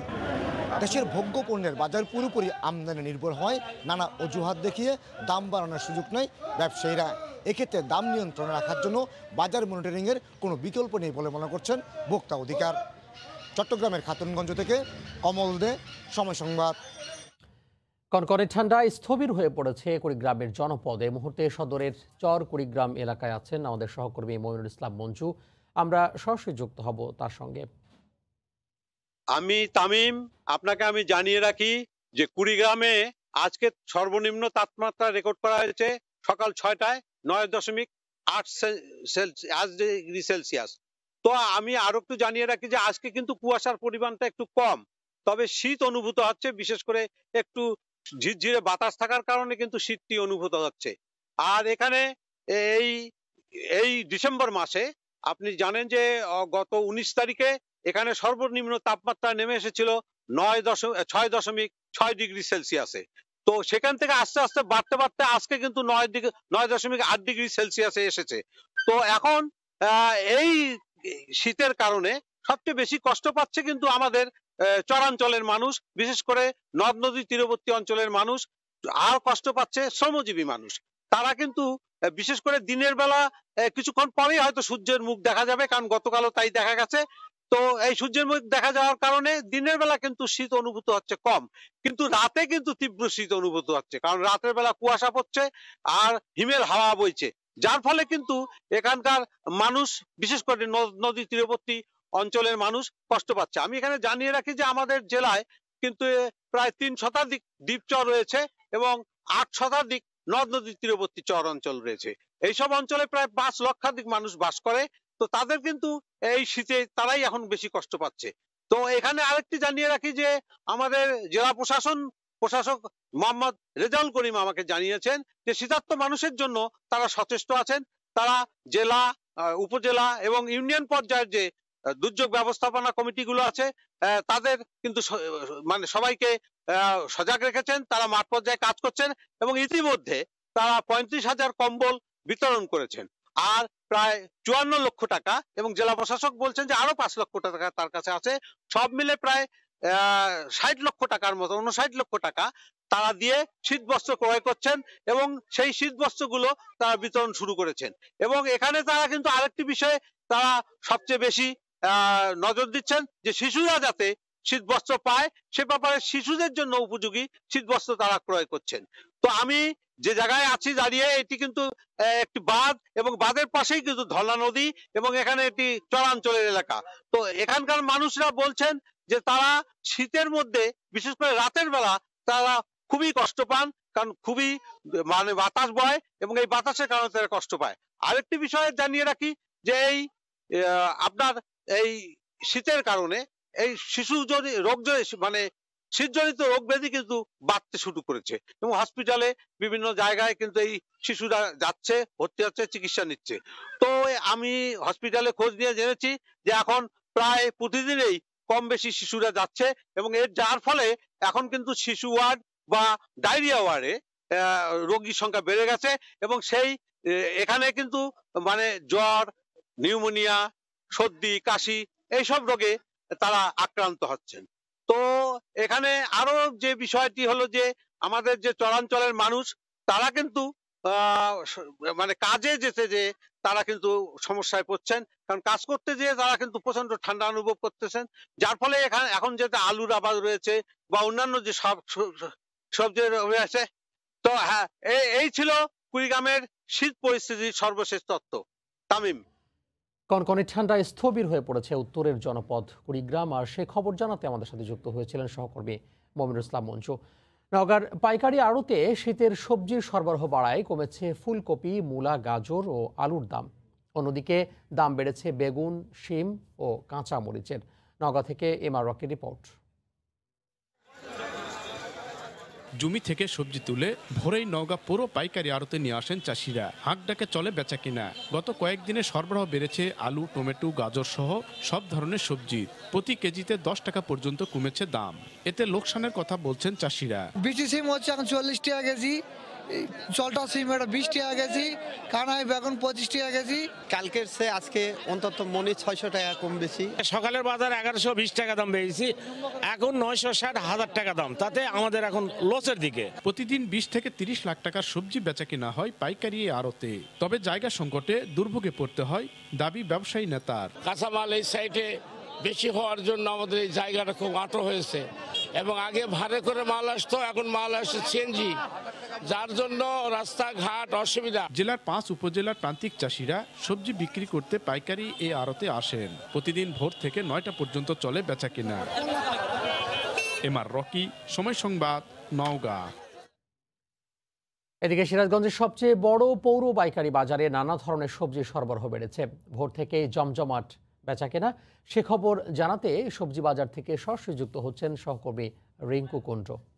বিক্রেতার হাক ডাকে কিন্তু মুখরিত হয়েছে সিরাজগঞ্জের সবচেয়ে বড় পাইকারি সবজির আড়ত, পৌর পাইকারি সবজির আড়ত। আমরা দেখছি যে ভোর থেকেই কৃষকেরা তাদের ক্ষেত থেকে উৎপাদিত যে সকল ফসল রয়েছে সেগুলো কিন্তু আসলে এই আড়তে নিয়ে আসছে, এবং এইখান থেকে খুচরা ব্যবসায়ীরা যারা আছে সিরাজগঞ্জের বিভিন্ন হাট বাজারের খুচরা ব্যবসায়ীরা কিন্তু এখান থেকে পণ্য কিনে নিয়ে তারা কিন্তু খুচরা দামে বিক্রি করে থাকে। আমি একটু জানিয়ে রাখি যে আজকে শীতকালীন যে সকল সবজি রয়েছে সেগুলো কিন্তু কিছুটা দাম বেড়েছে গত সপ্তাহের থেকে। প্রতি কেজি 2 থেকে 5 টাকা বা 7 টাকা এরকম কিন্তু বেড়েছে কিছু। তো আড়তদাররা যেটি বলছে যে এইখানে কিন্তু কিছুটা শীতকালীন যেগুলো সবজি রয়েছে সেগুলো সরবরাহ কিছুটা কমেছে, যে কারণে এই মূল্যটা কিন্তু একটু বেড়েছে বলে জানিয়েছেন আড়তদাররা। তো আজকে আমরা সকাল থেকে দেখছি যে আড়তদাররা এখানে বেচা বিক্রি করছে। তো শীতকালীন যেগুলো সবজি আছে সেগুলোর দাম বেড়েছে কিছুটা, তাছাড়া কিন্তু অন্যান্য সবজির দাম আসলে ঠিক আছে। আমি যদি একজন আড়তদারের সাথে কথা বলতে চাই, যে আপনি একটু বলবেন যে আজকের আসলে বাজার দরটা কেমন এবং সবজির সরবরাহ কেমন? আজকে বাজার দরটা একটু সবকিছুতে বেশি আছে। যেমন গতকাল আমরা আলু বিক্রি করেছি আপনার হলো 38 টাকা 40 টাকা, আর আজকে আলুর দাম হলো 45 টাকা 50 টাকা। আর আলুর আমদানি কম দেখে আলুর দামটা বেশি, আর প্রচুর শীত পড়ার কারণে আসলে আমদানিটা কম হচ্ছে, যে সব সবজি কম হচ্ছে এই শীতের জন্য। শীত একটু বেশি পড়ছে, কৃষক মাঠে যেতে পারছে না, এই জন্য আসলে আমদানিটা কম, এই জন্য সবকিছুর দাম একটু বেশি। ধন্যবাদ। আসলে আপনি শুনছিলেন একজন আড়তদার কিছু বলছিলেন যে শীতকালীন সবজি ছাড়া আলুর দাম কিন্তু কেজি প্রতি 5 থেকে 60 টাকা পর্যন্ত বেড়েছে। আমি যদি আজকে আপনাকে আসলে বাজার দরটা আসলে জানাতে চাই, যে আজকে আলু বিক্রি হচ্ছে 45 থেকে 50 টাকা কেজি দরে, মরিচ বিক্রি হচ্ছে 75 থেকে 80 টাকা কেজি দরে, বেগুন বিক্রি হচ্ছে 20 টাকা কেজি দরে, ফুলকপি বিক্রি হচ্ছে 15 টাকা কেজি দরে, পাতাকপি 15 টাকা, সিম কিন্তু 20 টাকা কেজি। এগুলো কিন্তু আসলে সবই পাইকারি দামে বিক্রি হচ্ছে, যেহেতু এটি পাইকারি সবজির আড়ত। সে এই সবজিগুলো আসলে পাইকারি দামে এখান থেকে খুচরা ব্যবসায়ীরা যারা আছে তারা আসলে কিনে নিয়ে যায়, এবং বিভিন্ন হাট বাজারে তারা কিন্তু আসলে বিক্রি করে থাকে। আমরা সকাল থেকে দেখছি যে শীতকালীন যেগুলো সবজি রয়েছে সেগুলো কিন্তু আসলে অনেকটা এসেছে, বিশেষ করে পাতাকপি, ফুলকপি যেগুলো রয়েছে সিরাজগঞ্জের বিভিন্ন উপজেলায় উৎপাদিত এই সকল পাতাকপি, ফুলকপি কিন্তু কৃষকেরা আসলে সরাসরি মাঠ থেকে কিন্তু এখানে নিয়ে আসে এবং এখান থেকে প্রতিদিন বিক্রি করে থাকে। তো আড়তদাররা আমাদেরকে জানিয়েছে যে এই আড়তে মোট 100টি দোকান রয়েছে, এবং এইখানে প্রতিদিন প্রায় 20 থেকে 30 লাখ টাকার কিন্তু সবজি কেনা বেচা হয়, এবং সকাল 7টা থেকে শুরু হয়ে সকাল 9টা থেকে 9:30 পর্যন্ত কিন্তু আসলে বেচা কেনা চলে। তো শীতকালীন সবজি আমরা দেখছি যে পরিপূর্ণ, কিন্তু আড়তদাররা যেটি বলছে যে গত কয়েকদিন শীত পড়ার কারণে কিন্তু এই সকল সবজির আমদানি কিছুটা কমেছে, যে কারণে দামও আসলে কিছুটা বেড়েছে। তো এখন পুরোদমে বাজার চলছে, এবং বিভিন্ন উপজেলা থেকে যারা ক্রেতারা যারা এসেছে তারা কিন্তু আসলে পাইকারি দামে এখান থেকে সবজি কিনে নিয়ে বিক্রি। আমি যদি একজন আড়তদারের সাথে কথা বলছি, আজকে আসলে বাজার দর কেমন, কোনটার কেমন বলবেন? আজকে কপি বিক্রি হয়েছে আপনার 20 টাকা কেজি, ফুলকপি, বেগুন আলি 25 টাকা 20 টাকা, পাতাকপি 15 টাকা পিস, আর আপনার লাউ বিক্রি হয়েছে 35 টাকা 40 টাকা পিস। বাজার আজকে ভালো বাজার। ধন্যবাদ। শুনছিলেন যে আরেকজন আড়তদার কিন্তু বলছিলেন যে এইখানে যে সকল সবজি বিক্রি হচ্ছে, আমরা গত সপ্তাহে দেখেছি যে ফুলকপি, পাতাকপি এগুলো কিন্তু আসলে 10 থেকে 12 টাকা কেজি দরে বিক্রি হলেও আজকে কিন্তু সেটি 3 থেকে 5 টাকা বেড়েছে, 15 টাকা কেজি দরে বিক্রি হচ্ছে। তো এখনো কৃষকেরা আসছে এবং তাদের মাঠ থেকে সবজি নিয়ে আসছে এবং সকাল 9টা থেকে 9:30 পর্যন্ত এই বেচা কিনা চলবে। তো এক কথা বলা যায় যে আড়ত জমে উঠেছে এবং মোট 100টি দোকানে প্রতিদিন 20 থেকে 30 লাখ টাকা সবজি কিন্তু এই আড়ত থেকে কেনা বেচা হয়। তো এই ছিল সিরাজগঞ্জের যে সবচেয়ে বড় পাইকারি সবজির আড়ত থেকে আমার কাছে সবজি বাজারের সর্বশেষ খবর। সিরাজগঞ্জ থেকে যুক্ত হয়েছিলেন সহকর্মী রিঙ্কু কুন্ড্রু। মুন্সিগঞ্জের লৌহজং উপজেলার মাওয়া মৎস্য আড়তে ভোরের কুয়াশা আর শীতের মধ্যে জেলেরা টনে টনে তাজা মাছ নিয়ে আসেন। ইলিশের পাশাপাশি পদ্মার হরেক রকম তাজা মাছে ভরে যায় এ হাট। উঠেছে 27 কেজি ওজনের কাতলাও। নাসিরউদ্দিন উজ্জ্বলের রিপোর্ট। বাজারে এসেছে 27 কেজি ওজনে কাতলা, যার দাম হাঁকা হচ্ছে 40,000 টাকা। পদ্মা নদী থেকে ধরে আনা তাজা এই মাছকে ঘিরে হাঁক ডাকে ব্যস্ত মুন্সিগঞ্জের মাওয়া মৎস্য আড়ত। 27 কেজি ওজনের বড় কাতলা উঠেছে, পাইকারি বিক্রি হয়েছে 30,000 টাকা, খুচরা দাম হাঁকা হচ্ছে 40,000। আমি একটা কাতল আজকে কিনছি 27 কেজি, জেলেদের থেকে 30,000 টাকা দিয়ে। পৌষের ভোরে কুয়াশা আর কনকনে শীতের মধ্যে জড়ো হয়েছে মাছ ভর্তি শত শত জেলে নৌকা। পূর্ব আকাশে সূর্য ওঠার আগেই নদীর তীর থেকে একে একে আড়তে আনা হয় ইলিশ, কাতল, বোয়াল, পাঙ্গাস সহ বিভিন্ন প্রজাতির মাছ।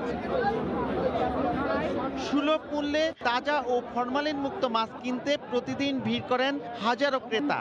মাছের দাম তুলনামূলক কম হয় সন্তুষ্ট ক্রেতারাও। সব পদ্মার তাজা মাছ ওঠে, অন্য কোনো জায়গার মাছ এখানে আসে না। ক্রেতা বেশি, মাছ আমদানি বেশি, গত সপ্তাহের থেকে একটু দাম কম। তাজা মাছ পাওয়া যায়, নদীর মাছ পাওয়া যায়, এই কারণে আমি যেমন মিরপুর থেকে আসছি। গাড়ি লইয়া আহে, প্রাইভেট কার লইয়া আহে, আইয়া বহু মাছ কিনা লইয়া যায়। উঠেছে দেশীয় 33 প্রজাতির মাছ, 29 আড়ত আর 150 বিক্রেতার মাধ্যমে প্রতিদিন ভোরের এই হাটে 2 ঘন্টায় বিক্রি হয় প্রায় কোটি টাকার মাছ। নাসিরউদ্দিন উজ্জ্বল, সময় সংবাদ, মুন্সিগঞ্জ। বদলে গেছে মাদারীপুর জেলা প্রশাসকের কার্যালয়ের রেকর্ড রুম। দালাল না থাকায় আবেদন করার 3 থেকে 7 দিনের মধ্যেই খতিয়ান, ম্যাপ বা জমিজমার গুরুত্বপূর্ণ কাগজপত্র পাচ্ছেন সেবা গ্রহীতারা। মাসে এখন 10,000-এর বেশি পর্চা বিতরণ করছে কর্তৃপক্ষ। জেলা প্রশাসন বলছে, অফিস শতভাগ দালাল মুক্ত সহ কোনো কর্মকর্তা যাতে অসাধু কর্মকাণ্ডে জড়িয়ে না পড়ে সে ব্যাপারে চলছে কঠোর নজরদারি। মাদারীপুর থেকে সঞ্জয় কর্মকার অভিজিতের তথ্য ও শাহাদাত আকুনের ছবি নিয়ে রিপোর্ট।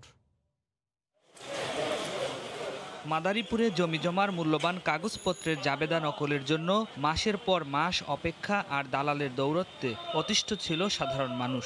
এখন তা বদলে গেছে। অনেকটাই দালাল আর দুর্নীতিমুক্ত এখন জেলা প্রশাসকের কার্যালয়ের রেকর্ড রুম। দিনের পর দিন টাকা দিয়েও যেখানে পর্চা, খতিয়ান ও ম্যাপ পাওয়া মুশকিল ছিল, এখন এসেছে আমূল পরিবর্তন।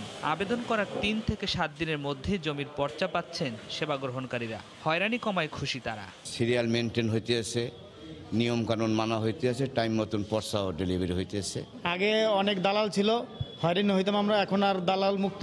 পরিস্থিতিটা ছিল বিশৃঙ্খল, এখন শৃঙ্খলা ফিরে আসছে, এখন আমরা ভোগান্তির মধ্যে নাই। রেকর্ড রুমের দায়িত্বপ্রাপ্ত কর্মকর্তা জানালেন, তৃণমূল মানুষের দোরগোড়ায় সরকারি সেবা দ্রুত পৌঁছে দিতে আবেদন করার দিনেই যেন জমির পর্চা সহ অন্য কাগজপত্র পাওয়া যায়, সে লক্ষ্যে ডিজিটাল কার্যক্রম হাতে নিয়েছে সরকার। rsk.land.gov.bd থেকে যেরকম দিনের দিনই দিয়ে দিতে পারছি, যেদিন আবেদনকারী আবেদন করছেন ওই দিনই উনি পেয়ে যাচ্ছেন 1-2 ঘন্টার মধ্যে। একইভাবে সবগুলোই আমরা ক্রমান্বয়ে ইনশাল্লাহ দিয়ে দিতে পারবো।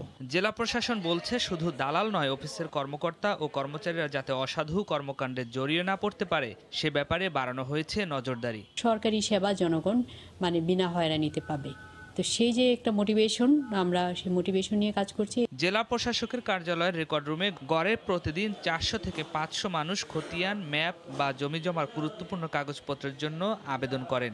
তাদের সেবা দিতে এখানে কাজ করছেন মাত্র 5 জন কম্পিউটার অপারেটর। সময় সংবাদ, মাদারীপুর। 8 বছর বয়সে বাবার কাছ থেকে হারিয়ে যায় কিশোরগঞ্জের পাকুন্দিয়া উপজেলার গোলাম মোস্তফা। দীর্ঘ 55 বছর পর পরিবারের কাছে ফিরে এলেন তিনি। স্ত্রী, সন্তান সহ পূর্বপুরুষের ভিটায় ফিরে স্বজনদের কাছে পেয়ে আবেগে আপ্লুত 63 বছরের বৃদ্ধ গোলাম মোস্তফা। তাকে দেখতে ছুটে আসছেন দগদগা গ্রামের মানুষ, কিশোরগঞ্জ প্রতিনিধি নূর মোহাম্মদের তথ্য ছবিতে রিপোর্ট। এ অশ্রু আনন্দের, শেকড়ের সন্ধান পাওয়ার। দীর্ঘ ৫৫ বছর পর ফিরেছেন জন্মভিটায়। ৮ বছর বয়সে দেখেছিলেন শেষবার। ময়মনসিংহের গফরগাঁও রেলওয়ে স্টেশনে বাবা আজিমউদ্দিনের কাছ থেকে হারিয়ে যান কিশোরগঞ্জের পাকুন্দিয়া উপজেলার জাঙ্গালিয়া দগদগা গ্রামের মোস্তফা কামাল। গফরগাঁও স্টেশন থেকে ট্রেনে উঠে চলে যান পাবনার ঈশ্বরদীতে। একটি সাইকেল গ্যারেজে কাজ করে জীবিকা চালিয়েছেন। এ সময় বিয়ে করে সেখানেই থিতু হন। তার ছেলে মেয়েরা বড় হয়েছে, কিন্তু পিতার শেকড়ের খোঁজ না জানার অপূর্ণতা ছিল সব সময়। এরই মধ্যে অসুস্থ হয়ে পড়েন। কয়েক মাস আগে স্ত্রী সন্তানদের কাছে শুধু নিজের গ্রামের নামটি বলতে পেরেছিলেন। এর সূত্র ধরে তথ্য প্রযুক্তির সহায়তা নিয়ে বাবার পরিচয় খুঁজে বের করেন তার বড় ছেলে। আমি অনেকদিন ধরে চেষ্টা করতেছিলাম যে তার জন্ম পরিচয় বা পিতৃ পরিচয়টা আমার জানার দরকার ছিল। বিয়ের পরে থেকে তার কাছ থেকে কোনোদিনও কথা বাইর করতে পারে নাই। 4 মাস আগে বলছে যে ঠিকানা বলবো, আমার বাড়ি দগদগা। আমার ছেলেরা এটি সূত্র ধরে এইটা আর কি খুঁজে বাইর করেছে। গোলাম মোস্তফার কথা ভুলেই গিয়েছিলেন তার পরিবার ও গ্রামবাসী। ধরে নিয়েছিলেন হয়তো মুক্তিযুদ্ধের সময় মারা গেছেন। গোলাম মোস্তফার ভাইয়ের বাড়িতে তাই গ্রামবাসীর ভিড় লেগেই আছে। খুবই আনন্দিত যে আমাদের দাদার পরিচয় পাইছে, আমাদের চাচার পরিচয় পাইছে। সংগ্রাম গেছে, কত মানুষ কত পড়িয়ে রয়েছে, মারিয়ে ফেলছে নাকি আর কোনো খবর নাই। স্থানীয় জনপ্রতিনিধিও তাকে দেখতে এসে দিলেন সহযোগিতার আশ্বাস। আমার তরফ থেকে যতটুকু পারি সবটা অবশ্যই করব। ব্যক্তিগতভাবেও যদি কোনো কিছু সহযোগিতা করার থাকে সেই জায়গায় আমি করার জন্য প্রস্তুত রয়েছি। 1965 সালে গফরগাঁও রেলওয়ে স্টেশন থেকে হারিয়ে যান গোলাম মোস্তফা। তার 2 ছেলে ও 1 মেয়ে রয়েছে। সময় সংবাদ, কিশোরগঞ্জ। এলাকাভিত্তিক শব্দের সর্বনিম্ন মাত্রা 40 থেকে 50 ডেসিবেল হলেও রাজধানীতে ক্ষেত্র বিশেষে তা ছাড়িয়ে যায় 120 থেকে 25 ডেসিবেল। মাত্রাতিরিক্ত শব্দের অত্যাচারে অতিষ্ঠ নগরবাসী। অথচ এই অবস্থা নিয়ন্ত্রণে নেই তেমন কোনো উদ্যোগ বা সচেতনতা, বরং আইনের প্রতি বৃদ্ধাঙ্গুলি দেখিয়ে অবাধে ব্যবহার হচ্ছে নিষিদ্ধ হাইড্রোলিক হর্ন। নিয়ন্ত্রণে কঠোর হওয়ার তাগিদ বিশেষজ্ঞদের। রাশেদ বাপের রিপোর্ট, ছবি তুলেছেন মোহাম্মদ শাহিন। শব্দ বইয়ের ভাষায় এক ধরনের শক্তি, তবে বাস্তব জীবনে যা কখনো কখনো মহাবিরক্তির কারণ, ভয়াবহ যন্ত্রণার উপলক্ষ। অনেকবার অযথা হর্ন দিচ্ছিলেন কেন? অনেক জাম ছিল, এই কারণে যে প্লাস্টিক গুলা ভালো করে সাইড দেয় নাই তো, তার জন্য। গাড়ি তো বাস স্ট্যান্ডে বসা, কিন্তু আপনি বারবার হর্ন দিচ্ছিলেন কেন? এই যে গাড়িটা সরার জন্য। এলাকা ভিত্তিক শব্দের সর্বনিম্ন মাত্রা 40 থেকে 50 ডেসিবেল হলেও রাজধানীবাসীকে গ্রহণ করতে হয় এর থেকেও কয়েক গুণ বেশি শব্দ। কয়েক সেকেন্ডে ব্ল্যাঙ্ক হয়ে যায়, অনেক সময় এত জোরে হর্নগুলো দেয়। মাত্রাতিরিক্ত শব্দের লাগাম টানতে শিক্ষা প্রতিষ্ঠান, হাসপাতাল, ধর্মীয় উপাসনালয় নীরব ঘোষণা করে সরকার। এই তালিকায় 2019 সালের 17 ডিসেম্বর যুক্ত হয় সচিবালয়, কিন্তু বাস্তবতা বলছে বিপরীত কথা। মাত্রই এখানে 125 ডেসিবেলের বেশি শব্দের মানমাত্রা আমরা লক্ষ্য করেছি, এবং যেটি সৃষ্টি করেছে একটি সরকারি গাড়ি। নিষিদ্ধ জেনেও অবাধে হচ্ছে হাইড্রোলিক হর্নের ব্যবহার। এক্ষেত্রে অনেকটা লুকোচুরের আশ্রয় নেন পরিবহন মালিক ও চালকেরা। যেমন এই ট্রাকটির সামনের অংশে ঝুলছে সাধারণ মানের একটি হর্ন, তবে একটু ভালো করে পর্যবেক্ষণ করলেই বেরিয়ে আসে থলের বিড়াল। ট্রাকটি মেরামতের জন্য খুলে রাখার কারণে অনেকটা লোকচক্ষুর অন্তরালে পাওয়া গেল সম্পূর্ণ নিষিদ্ধ এই হাইড্রোলিক হর্নটি। আচ্ছা ভাই, আপনার এই গাড়িতে হাইড্রোলিক হর্ন লাগানো কেন? হাইড্রোলিক দেখেছেন আপনি আছে কিনা? মাত্রাতিরিক্ত শব্দ থেকে মানুষকে মুক্ত রাখতে রয়েছে এলাকা ভিত্তিক শব্দের মানমাত্রা। মানুষকে আমরা নির্বিচারে নির্বিরোধীভাবে এদেরকে হত্যা করার দিকে ঠেলে দিচ্ছি। যেখানে ইয়ার মাফ ব্যবহার করা যায়, কানকে রক্ষা করবার জন্য যে প্রোটেক্টিভ ডিভাইসেস আছে, সেগুলো ব্যবহারে যথেষ্ট পরিমাণে উৎসাহ দিতে হবে। শব্দ দূষণ রোধে একটি মনিটরিং সেল গঠনেরও তাগিদ দিচ্ছেন বিশেষজ্ঞরা। রাশেদ বাপ্পি, সময় সংবাদ, ঢাকা। বাগেরহাটে ছিন্নমূল ও হতদরিদ্র সহস্রাধিক মানুষকে শীত বস্ত্র বিতরণ করা হয়েছে। গতকাল বিকেলে শহরের খরদ্দার সরকারি প্রাথমিক বিদ্যালয়ের মাঠে শীত বস্ত্র বিতরণ করা হয়। জেলা যুবলীগ নেতা ও স্থানীয় কাউন্সিলর হতদরিদ্র ছিন্নমূল মানুষের মাঝে এ শীত বস্ত্র বিতরণ করেন। এ সময় শীতে স্বল্প আয়ের মানুষের পাশে দাঁড়াতে সমাজের বিত্তবানদের প্রতি আহ্বান জানান তিনি।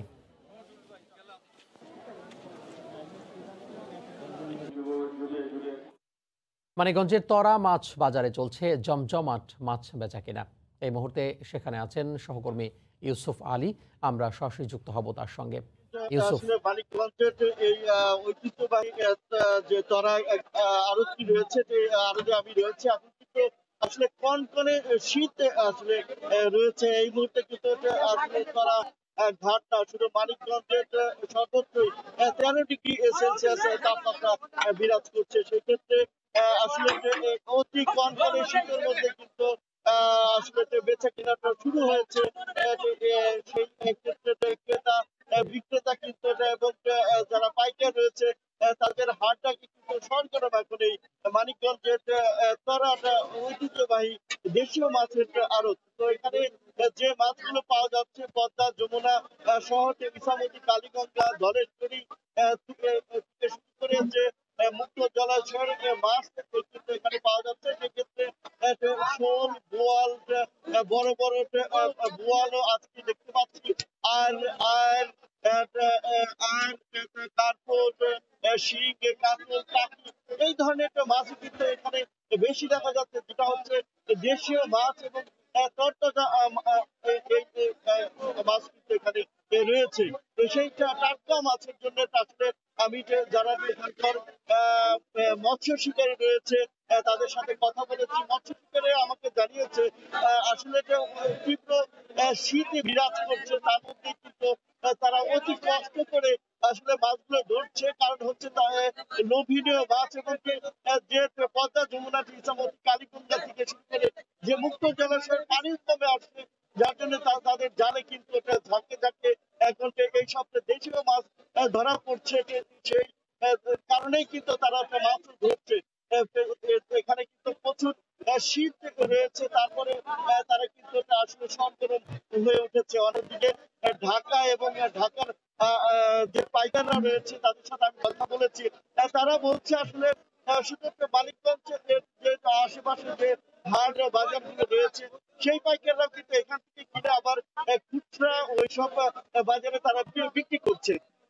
তো সেক্ষেত্রে বিক্রির জন্য অনেকে নিয়ে যাচ্ছে। ঢাকার যারা পাইকার রয়েছে তাদের সাথে আমি কথা বলেছি, তারা বলছে এই যে আড়তটি আসলে যে মাছগুলো রয়েছে, যে দেশীয় মাছ, এই যে মাছ কিন্তু আসলে খুবই লোভনীয় এবং কি সুস্বাদু হওয়াতে ঢাকার বাজারে বেশ চাহিদা রয়েছে।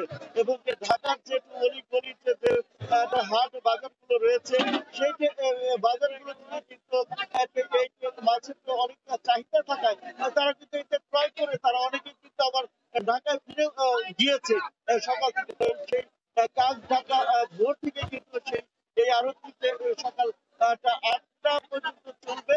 সেক্ষেত্রে শুধু আসলে ঢাকার পাইকার না, আমি কিছু পাইকার দেখেছি যে পাইকার গুলো আছে মানিকগঞ্জের যে পার্শ্ববর্তী জেলা রয়েছে সিরাজগঞ্জ এবং টাঙ্গাইল, সেখান থেকে কিন্তু পাইকার এখানে এসে এখন আসলে মাছ ক্রয় করছে। কিন্তু এখানে যে এই মুহূর্তে যে দরটি চলছে মাছের, সেই দরটি যদি আমি জানাই যে প্রত্যেকটা কেজি দরে পাইকারি যে দরটি রয়েছে, বোয়াল যে রয়েছে আসলে দেশীয় মুক্ত জলাশয়ের যে বোয়াল, সেই যে বোয়াল রয়েছে 600 থেকে 700 টাকা, শোল রয়েছে 350 থেকে 400 টাকা, ছোট কাতলা টেংরা 80 থেকে যাচ্ছে, এখানে 10 টাকা, কার্পো যাচ্ছে 80 থেকে 90 টাকা, আর যাচ্ছে 650 থেকে 700 টাকা, শিং যাচ্ছে 300 থেকে 400 টাকা, কাতল যাচ্ছে 90 থেকে 100 টাকা, টাকি মাছ যেটা সুস্বাদু দেশীয় টাকি 100 থেকে 120 টাকা। তো এই যে দরটি কম রয়েছে। এই ছিল আমার কাছে মানিকগঞ্জের ঐতিহ্যবাহী দেশীয় মুক্ত জলাশয়ের আড়ত থেকে মাছের সর্বশেষ খবর। মানিকগঞ্জের মাছ বাজারের খবর জানাচ্ছিলেন আমাদের সহকর্মী ইউসুফ আলী। আবারও জানাবো দেশের বাইরের খবর। যুক্তরাষ্ট্রের লস অ্যাঞ্জেলেসে করোনায় প্রতি 10 মিনিটে মারা যাচ্ছেন একজন। শহরটিতে গত 7 দিনে প্রতিদিন আক্রান্ত হচ্ছেন প্রায় 20,000-এরও বেশি। সংক্রমণের হার বেড়েছে আশঙ্কাজনকভাবে। করোনার নতুন স্ট্রেন কিনা তা শনাক্তে তথ্য বিশ্লেষণ ও পরীক্ষা নিরীক্ষা শুরু করেছে বিশেষজ্ঞরা। যুক্তরাষ্ট্রের লস অ্যাঞ্জেলেস থেকে লস্কর আল মামুনের রিপোর্ট। স্থানীয় সময় শনিবার শুধুমাত্র লস অ্যাঞ্জেলেসেই করোনায় মারা গেছেন প্রায় 1.5 শতাধিক, আক্রান্ত হয়েছেন প্রায় 30,000। আগের দিন শুক্রবার বড়দিনে করোনায় মারা গেছেন 148 জন। লস অ্যাঞ্জেলেসে এখন পর্যন্ত এটি একদিনে সর্বোচ্চ মৃতের সংখ্যা। সম্প্রতি ব্রিটেনে করোনা ভাইরাসের নতুন স্ট্রেইন শনাক্ত হওয়ার পর ব্রিটিশ বিজ্ঞানীরা দাবি করেছেন মূলত যে অঞ্চলে সংক্রমণ অনেক বেড়ে গেছে সেখানেই নতুন এই স্ট্রেইনের অস্তিত্ব শনাক্ত হয়েছে। যেহেতু লস অ্যাঞ্জেলেসের সংক্রমণের হার অনেক বেশি, তাই বিজ্ঞানীরা নতুন করোনা এই অঞ্চলেও ছড়িয়ে পড়েছে কিনা তা শনাক্তে জোর নিরীক্ষা চালাচ্ছেন। Los Angeles county health director Barbara ফেরেরা বলেন, ইতিমধ্যেই ল্যাবে স্থানীয় আক্রান্তদের নমুনা সংগ্রহ করে ভাইরাসের জিন সিকোয়েন্স গবেষণা করে দেখা হচ্ছে। 7 দিন পর এই গবেষণার ফলাফল জানা যাবে। যুক্তরাষ্ট্রে করোনায় সবচেয়ে বিপর্যস্ত এখন ক্যালিফোর্নিয়া। অঙ্গরাজ্যটিতে মৃতের সংখ্যা 24,000 আর আক্রান্তের সংখ্যা 20 লাখ অতিক্রম করেছে। আক্রান্তের সংখ্যা বাড়ার সাথে সাথে হাসপাতালে ভর্তি ও মৃত্যুর সংখ্যাও বাড়ছে পাল্লা দিয়ে। ইতিমধ্যেই হাসপাতালগুলো হয়ে পড়েছে বেড শূন্য। নিউ ইয়ারে উদযাপনে স্বাস্থ্যবিধি মেনে চলার উপর জোর দিয়েছেন চিকিৎসা বিজ্ঞানীরা, নইলে আক্রান্ত ও মৃতের সংখ্যা আরও বাড়ার সংখ্যা স্বাস্থ্য বিশেষজ্ঞদের।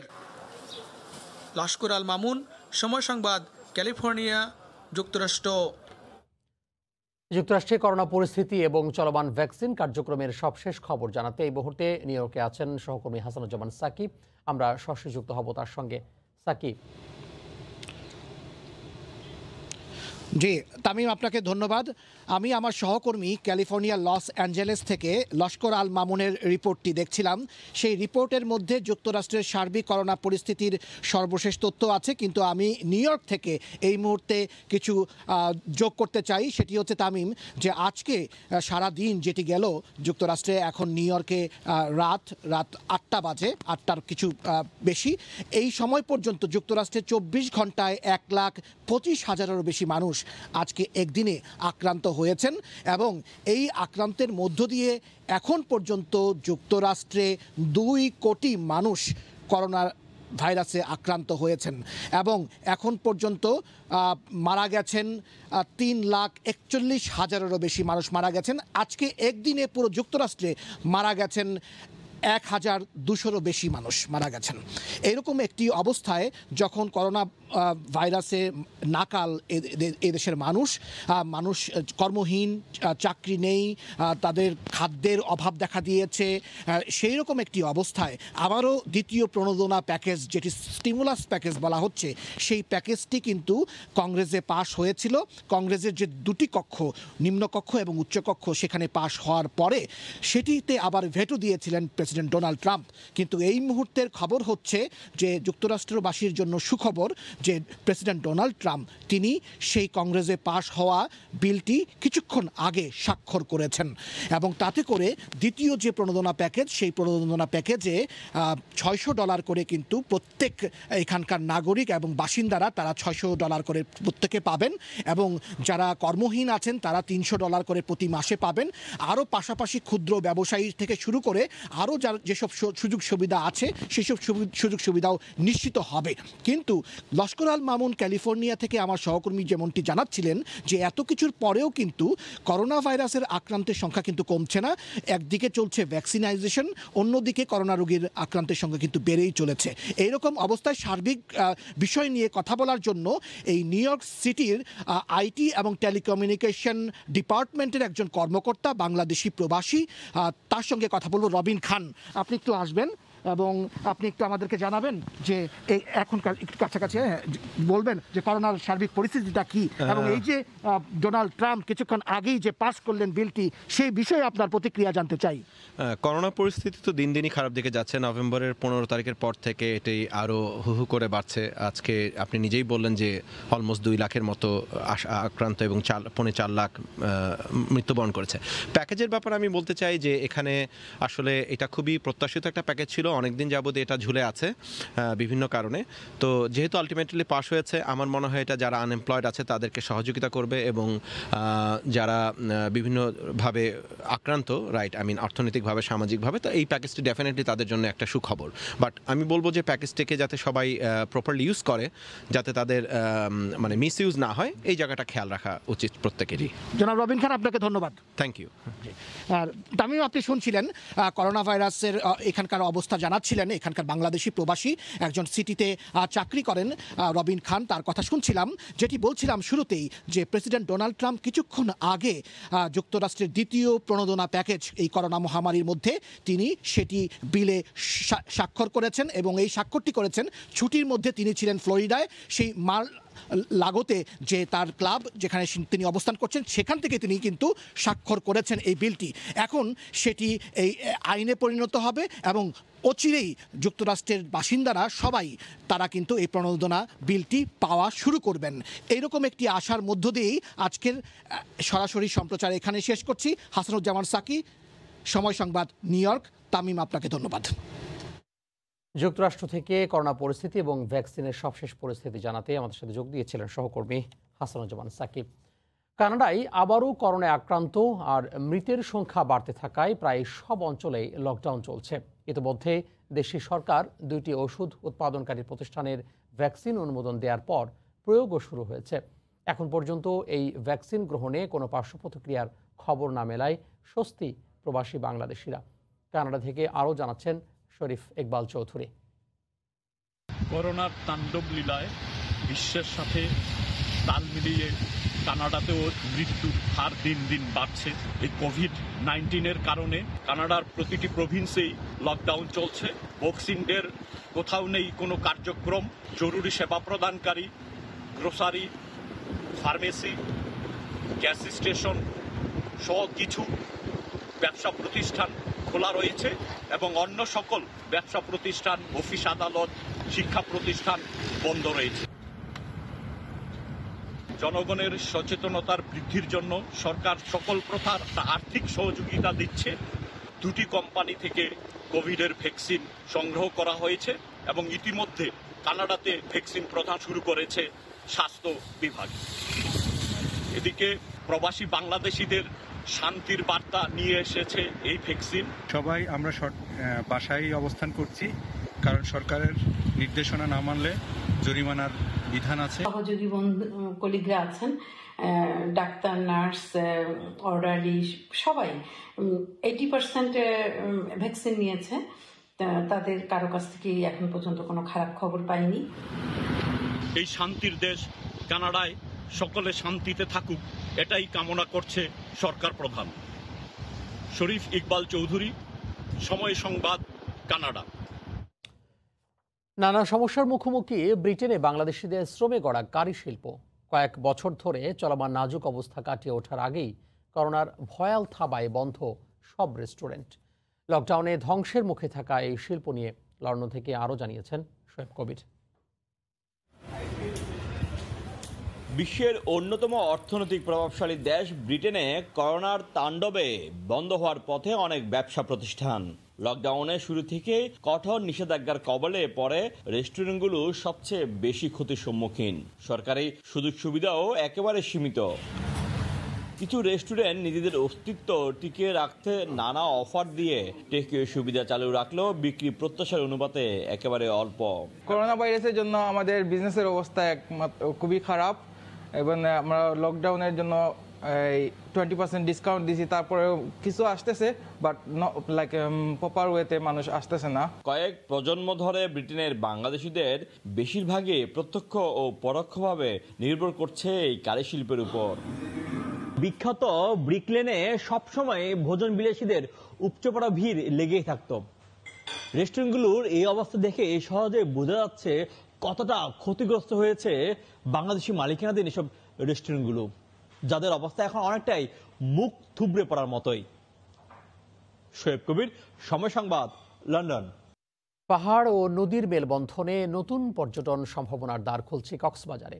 চকরিয়ার মানিকপুর, সুরাজপুরে কাশ্মীরের শ্রীনগরের ডাল লেকের মতোই দেখা মিলছে যেন এক টুকরো স্বর্গের ছোঁয়া। জানান দিচ্ছে নতুন এক পর্যটনের গন্তব্য। যার জন্য মাতামুহুরীর নদীর পাশে 100 একর জমি নিয়ে গড়ে তোলা হচ্ছে পর্যটনের স্পট। সে সাথে প্রাকৃতিক অপরূপ সৌন্দর্য উপভোগের জন্য শিগগিরই ব্যবস্থা নেওয়া হচ্ছে বলে সব ধরনের সুযোগ সুবিধার। আরও জানাচ্ছেন সুজাউদ্দিন রুবেল। কক্সবাজারে মিলবে এবার স্বর্গের ছোঁয়া। শিশির ভেজা ভোরে নদীর নীল জলরাশি আর কুয়াশা ভেদ করে এগিয়ে যাওয়া নৌকার প্রতিটি মুহূর্তের সৌন্দর্য বিস্মিত আর অভিভূত করবে সবাইকে। দুপাশের বিস্তৃত সবুজ পাহাড় সেই সৌন্দর্যে যোগ করেছে বাড়তি মাত্রা। মাঝে মাঝে কুয়াশার ফাঁকে সকালের সূর্য উঁকি দেয়, একসময় মিষ্টি রোদের আবায় দৃষ্টিতে মুগ্ধতা আনে। কক্সবাজারের চকরিয়া উপজেলায় নতুন এই পর্যটন কেন্দ্র নিভৃতে নিঃস্বর্গ। দৃষ্টিনন্দন এই পর্যটন কেন্দ্র কক্সবাজারের পর্যটনে নতুন মাত্রা যোগ করবে এমন প্রত্যাশা সংশ্লিষ্ট সবার। এখানে যদি না আসে বোঝা যাবে না যে এই পর্যটন স্পটটা কত সুন্দর। আমাদের ভালো লাগলো এরকম একটি সুন্দর পর্যটন এলাকায় আমরা আসতে পেরে। এই পর্যটনের কারণে বিভিন্ন দূর থেকে পর্যটক আসবে, আমরা এটা আশা করি। স্থানীয় জনপ্রতিনিধি জানালেন এলাকাটি ভ্রমণের জন্য নিরাপদ। আগে কোনো উদ্যোগ না নেয়ায় সম্ভাবনাময় এই স্থানটি এতদিন অবহেলায় পড়েছিল। ইতিমধ্যে আমরা কাজ আরম্ভ করেছি এবং জেলা প্রশাসক মহোদয় এসেছেন। আমরা চাই এই সুরজপুর মানিকপুর পর্যটনকে বাংলাদেশ দেখবে।